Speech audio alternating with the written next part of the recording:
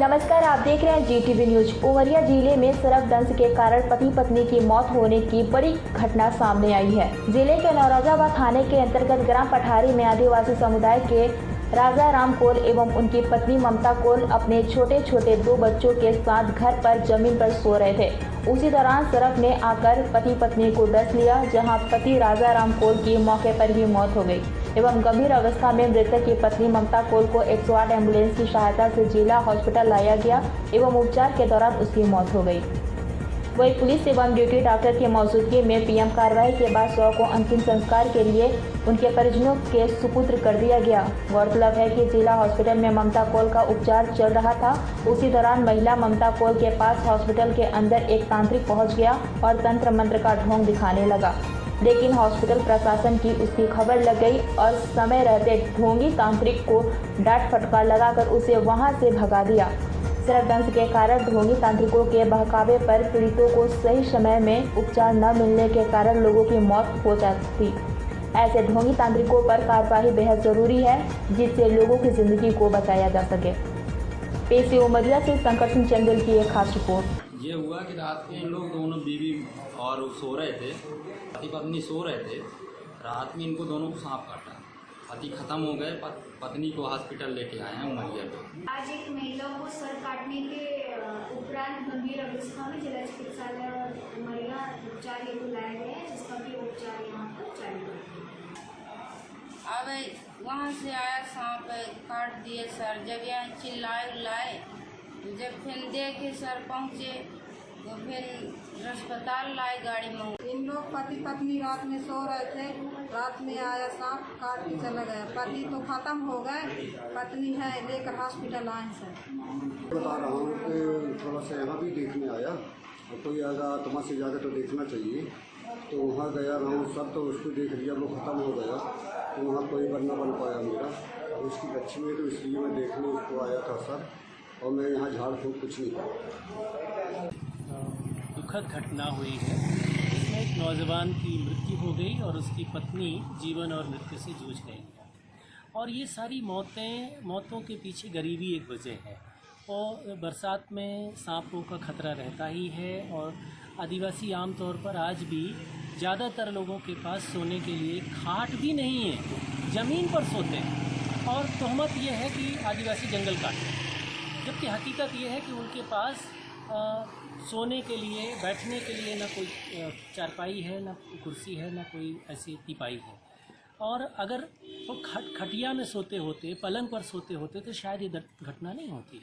ज़मीन पर लेटे हुए थे और रात में किसी वजह से कहाँ से सांप आया और पति पत्नी दोनों को डस लिया। तो पति की तो मौत हो ही गई, पत्नी जीवन और मौत से जूझ रही है। पता नहीं वो भी बच पाएगी कि नहीं। डॉक्टर ने तो कहा है कि ये असंभव है, शायद ये ना बच पाए।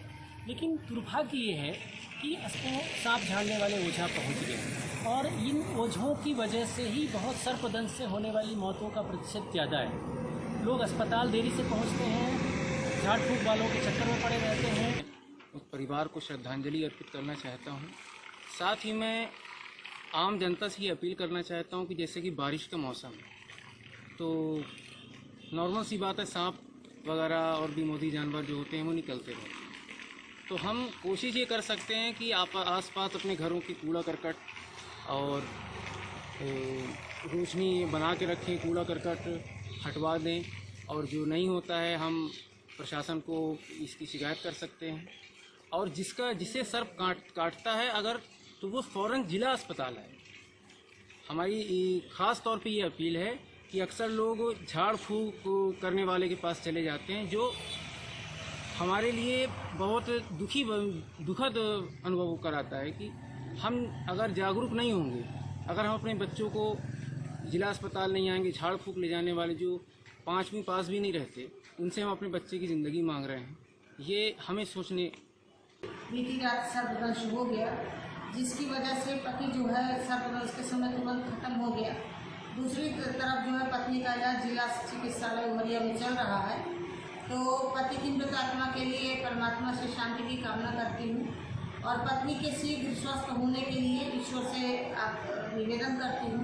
ऐसी स्थिति में डॉक्टरों के इलाज पर विश्वास न करके एक सपेरा आया और झाड़ फूँक करने लगा, ये बहुत ही अंधविश्वास वाली बात है। इससे न तो कोई बचता है, न कोई ऐसा मंत्र है जिससे कि सर्पदंश से आदमी मुक्ति पा सके। उसका सिर्फ एक ही रास्ता है, आप मेडिकल में जाइए, मेडिकल इलाज लीजिए और इसमें देरी न करें। कृपया जो है जो भी जनमानस है वो आपस में इस बात को जो है प्रसारित करें और बताएं कि झाड़ फूंक सर्पदंश का इलाज नहीं है, मेडिकल ही इलाज है। दूसरी तरफ अपने घर की साफ सफाई रखें। जीव जंतु हैं, इनका आना जाना बना रहता है और इस वर्षा काल में जमीन पर सोने से बचें, आपस में घर के आसपास कूड़ा करकट से बचें। इन्हीं सावधानियों के साथ जीवन यापन करें। बहुत बहुत यहाँ की नरोजाबाद में राजा राम और उनकी पत्नी और बच्चे वगैरह घर में सोए थे। अचानक कोई जहरीला सर्प घुसा है और पति पत्नी दोनों को काटा है, जिसमें पति की वहीं पे मृत्यु हो गई और उसकी जो पत्नी है ममता बहुत ही गंभीर स्थिति में उमरिया चिकित्सालय में भर्ती है। डॉक्टरों का भी कहना कि अभी कुछ कहा नहीं जा सकता, कुछ घंटों के बाद ही इसको बताया जा सकता है कि इसकी सर्वाइवल की स्थिति क्या है। हमारा ऐसा कहना है कि ये जो सर्प वगैरह हैं ये इन मौसमों पे निकलते हैं, लोगों को सावधानी रखना चाहिए। घरों के आसपास जो ऐसे सुगंध या ऐसे कुछ छिड़काव करना चाहिए जिससे कि कीट और ये जीव जंतु घर के अंदर नहीं आए। मगर गरीबों की बड़ी विडम्बना है कि वो क्या करें, उनकी समझ में नहीं आता। परंतु केवल जो व्यक्तिगत सुरक्षा है उस सुरक्षा के तहत वो अपनी सुरक्षा करें और इस प्रकार से जो जहरीले कीट हैं, कीड़े हैं, सांप हैं, उनसे दूर रहे। मामला भी प्रकाश में आया है। बड़ी गंभीर बात है कि उमरिया अस्पताल में जब ये ममता इलाजरत है अभी भी, तो उसी समय कोई एक झाड़ फूंक वाला तांत्रिक प्रवेश कर जाता है अस्पताल में और अपना वो विद्या ठग, ये जहाँ पे हमारी बॉडी की जो रासायनिक क्रियाओं को ये विष प्रभावित करता है, वहाँ जाड़ तंत्र समझ के परे है। ऐसे लोगों से हम सभी को, समाज के लोगों को, डॉक्टर को, चिकित्सक को, सबको दूर रहना चाहिए। और अस्पताल के अंदर कैसे पहुँच गया ये बड़ी गंभीर बात है, इसको देखने की बात है। और ऐसे लोगों को निश्चित रूप से यदि अस्पताल में पहुँचते हैं तो उनके खिलाफ कार्रवाई हो। अगर हमारा ये कहना है कि हम लोगों को केवल अपने बचाव निजी तौर पे करने होंगे तभी हमारा मानव जीवन सुरक्षित रहेगा। कोरोना का टाइम चल रहा है, लोग सोशल डिस्टेंसिंग बना के रखें, मास्क पहने, यही हमारा संदेश। बरसात का सीजन है, सांप निकलते हैं। सांप निकलेंगे और हमेशा सुरक्षित स्थान की तलाश में जाएंगे और सबसे इजी तरीका होता है लकड़ी के बने हुए घर, गोबर के खंडे, ईंटों का ढेर, ऐसे में जाके ये सुरक्षित रहते हैं। जहाँ तक मुझे जानकारी मिली, पति पत्नी दोनों ज़मीन पे सो रहे थे। बरसात के टाइम पे ज़मीन पे सोना लोगों को नहीं चाहिए, क्योंकि अगर खाट होती है तो सांप के चढ़ने से आवाज़ होती है और सामान्य तौर पे सांप खाट पे चढ़ता नहीं, क्योंकि खाट की एक निश्चित ऊंचाई होती है। उस ऊंचाई तक जो है ना सांप को चढ़ने में और उसके बाद बेंड होके काटने में समस्या आती है। इसलिए एक तो खाट पे सोना बंद करें। दूसरा, अगर ऐसा ही दिक्कत है तो एक लोकल इलाज ये है कि महुआ की गुल्ली जला के कमरे में रखें।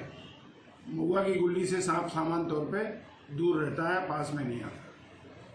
अगर मिलती है, हम समय पे सांप पकड़वा रहे हैं, प्राइवेट लोग भी पकड़ रहे हैं जो जंगल में छोड़ रहे हैं, और हमारे फॉरेस्ट गार्ड जो ट्रेंड है वो भी पकड़ रहे हैं, वो भी छोड़ रहे हैं। सांप हमारे पर्यावरण के लिए बहुत ज़्यादा ज़रूरी है, इसलिए उनका जीवित रहना और सुरक्षित रहना बहुत आवश्यक है। और ये सर्पदंश का जो मामला है, हालांकि हम ये जानते हैं कि ये जो मौसम है, ये मौसम ऐसा ही होता है जब कीड़े मकोड़े वो जिन बिलों में या जहाँ रहते हैं उनमें पानी भरता है तो वो निकल करके बाहर आते हैं और वो खासतौर से छायादार इलाकों की तलाश में रहते हैं। तो पहला हिस्सा तो ये है कि हम अपने घर के आसपास की साफ सफाई और इस तरह के इंतजाम रखें कि इस तरह के सांप हो, बिच्छू हो या और भी जो जहरीले कीड़े हैं वो हमारे घरों में प्रवेश न कर पाएँ। उसके लिए जो ज़रूरी उपाय करने चाहिए वो सारे उपाय करें। और दूसरा एक बड़ा हिस्सा है कि अगर इस तरह का कोई मसला हो गया है, अगर सर्पदंश का कोई मामला आया है तो उसको तत्काल हॉस्पिटल में पहुंचाना आवश्यक है। और हमारा जो अभी ये जो जिसको हम कहें जो ग्रामीण समुदाय है वो अभी भी अंधविश्वासों की जकड़ में है। ऐसे लोग, उन लोगों ने अपनी घुसपैठ बना रखी है और इन्हें ये उनका विश्वास भी है कि वो इस तरह से सांप के जहर को उतार देंगे और उस बहाने वो ज़बरदस्ती उसमें प्रकरण में डिले करते हैं। जब आदमी को अस्पताल पे होना चाहिए तो पता चला कि वो किसी सांप के जहर उतारने वाले का इंतजार करते रहते हैं। और इन अंधविश्वासों की वजह से और इन परंपराओं की वजह से हम ये देखते हैं कि उस आदमी की मृत्यु हो जाती है। और दूसरी तरफ ऐसे जो लोग हैं जो समाज में इस तरह की भ्रांतियां फैलाते हैं या समाज को जो जब ये एक तरह से हमारा हम देखें कि एक वैज्ञानिक युग है और वैज्ञानिक युग में भी इस तरह के अंधविश्वास की जो गुंजाइश पैदा करते हैं या अंधविश्वास का जो एक बड़ा ताना बाना और जाल बुन रखा है उन लोगों का भी पर्दाफाश करना हर शहरी का हर नागरिक का कर्तव्य है कि वो उन लोगों से दूरी बनाए, उन लोगों को बेनकाब करें और उन्हें सरकार, पुलिस ऐसे तमाम लोगों तक पहुंचाएं जो इस तरह से अंधविश्वास के आधार पे लोगों की भावनाओं के साथ में खिलवाड़ करते हैं और इस तरह के विलम्ब से उनकी मृत्यु हो जाती है। तो मैं समाज से पूरी एक वैज्ञानिक चेतना की अपील करता हूं। जहां तक इस तरह से झाड़ फूंक या जादू टोना इस तरह के मसलों का जो जुड़ाव है वो एक मनोवैज्ञानिक चिकित्सा से है, वहां तक तो ये मामला ठीक है, परंतु जब हम ये देखते हैं कि कोई बड़ा संगीन मामला है, वहां पर आदमी इस होश में भी नहीं है कि वो किसी आदमी की बात सुन सके, ऐसे प्रकरणों में ऐसे लोगों का सहयोग लेना या उनके साथ में कोई उपचार करवाना ये कतई ठीक नहीं है। पूरे जिले के वासियों से अनुरोध करता हूं कि वो ऐसे मसलों को संज्ञान में लेंगे और एक वैज्ञानिक चेतना का विस्तार करेंगे, अंधविश्वासों से मुक्ति की तरफ आगे बढ़ेंगे।